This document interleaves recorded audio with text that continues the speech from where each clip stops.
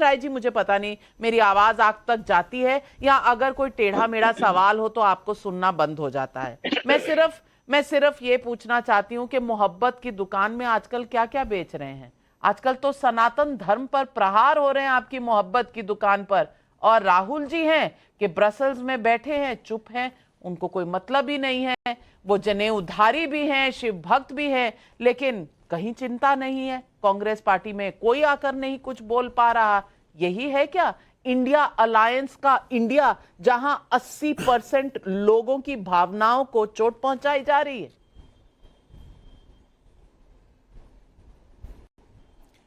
नविका जी, गाय, सनातन और ब्राह्मण ये पूजनीय होते हैं, ये धर्म ध्वजा को संभालते हैं और इनकी रक्षा करने की जिम्मेदारी राजा की होती है। पहली इंपॉर्टेंट बात। दूसरी इंपॉर्टेंट बात, पहली गाली पे सर काटने का दम होने के बावजूद भी जो 99 गालियां और सुनता है वो श्री कृष्ण है। ध्यान से गौर फरमाइएगा। सुदर्शन जैसा शस्त्र होने के बावजूद भी जो हाथों में मुरली लेकर बजाता है ना, वो श्री कृष्ण है। दूसरी इंपॉर्टेंट बात। तीसरी इंपॉर्टेंट बात, नाग के फन रूपी मृत्यु के ऊपर खड़ा होकर भी जो उसके ऊपर अपने कदम चाल थमकाता है ना, वो कृष्ण है। और सबसे इंपॉर्टेंट बात है नविका जी की, सर्वसामर्थ होने के बावजूद भी जो सारथी बनने की भूमिका निभाता है ना, वो श्री कृष्ण है। तो आज जन्माष्टमी के दिन पूरे हिंदुस्तान को, आपके दर्शकों को, पूरे इस ब्रह्मांड को जन्माष्टमी की बहुत बहुत बधाई और बहुत बहुत शुभकामनाएं। आज ही हमारे कान्हा का अवतरण हुआ था।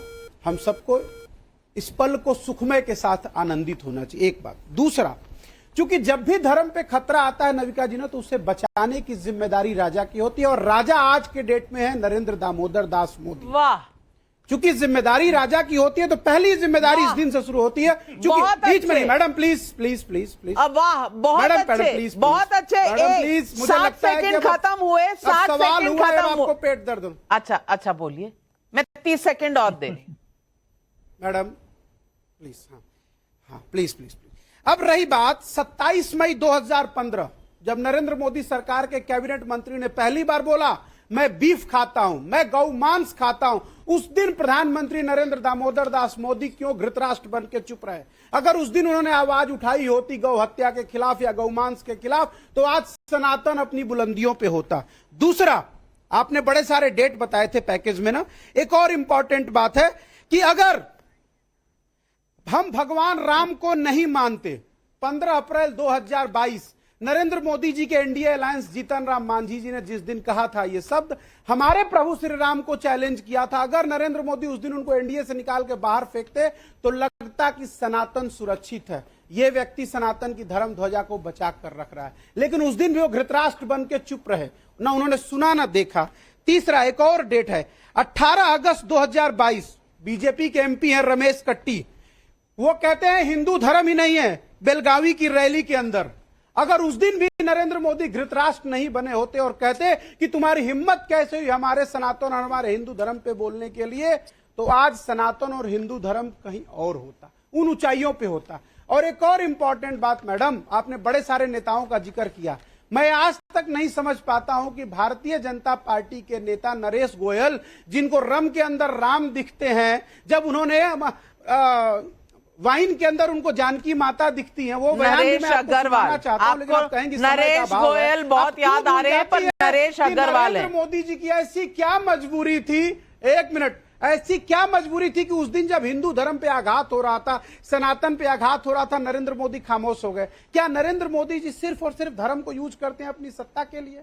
या उनका मकसद सिर्फ होता है कि धर्म के नाम पे लोगों को चलिए, आपने आरोप लगाए, अजय आलोक जी जवाब देंगे, लेकिन कुछ तस्वीरें मैं भी दिखाना चाहती हूँ। ये तस्वीरें हैं डॉक्टर राजेंद्र प्रसाद की।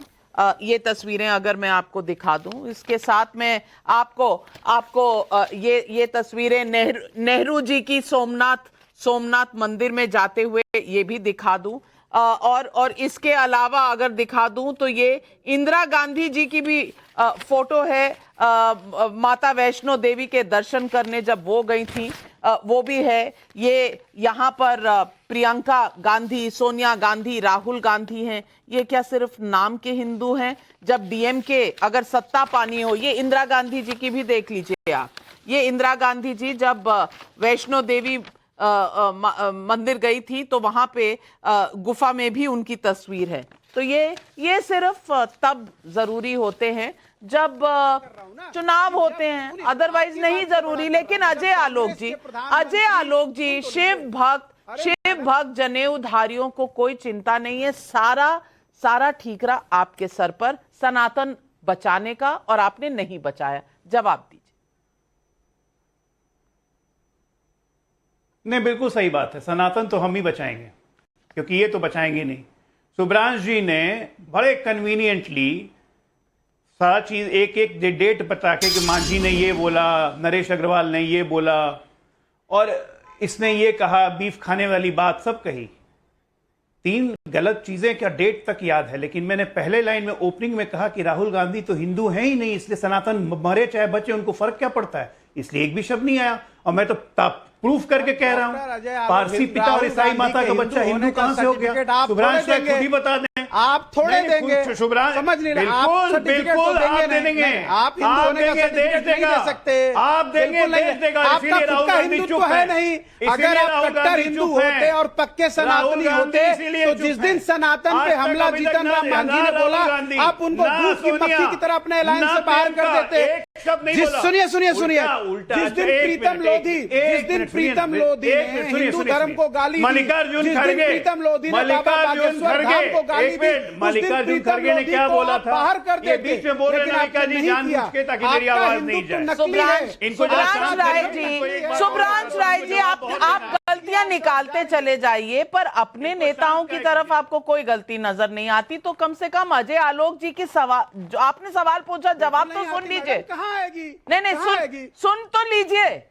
इनकमिंग बैंड है क्या? अब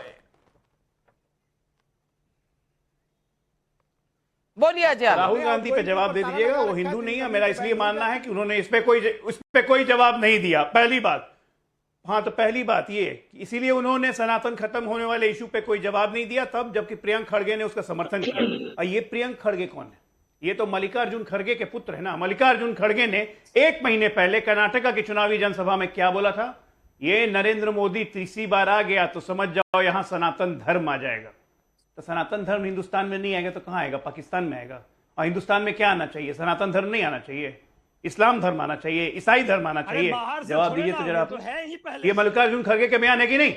आपके राष्ट्रीय अध्यक्ष हैं कि नहीं? ज्यादा दिन पहले की नहीं, 25 दिन पहले की। नविका जी चलवाइए उस बयान को। जनता को याद दिलाने की जरूरत है कि यहां सनातन राज आ जाएगा अगर मोदी तीसरी बार आ गया तो। अरे ये लोग तो खुलेआम हिंदुओं को गाली देते हैं, चाहते हैं हिंदू धर्म खत्म हो जाए। खुद हिंदू है ही नहीं कोई घर में। मैं तो पूछ रहा हूं ना, पारसी पिता ईसाई माता का बच्चा हिंदू कहां से हो गया? कोई जवाब दे दे। ये आपके प्रमोद कृष्ण से लेके आपके तमाम प्रवक्ताओं से पूछ चुका हूं, कोई जवाब नहीं देता है। आप दे दीजिए। पर्सनल अटैक नहीं होना चाहिए। मैं मानती हूँ, चाहे आप मुसलमान हो, ईसाई हो, आप तब भी अपने सामने वाले के धर्म की इज्जत कर सकते हैं। इसके लिए जरूरी नहीं है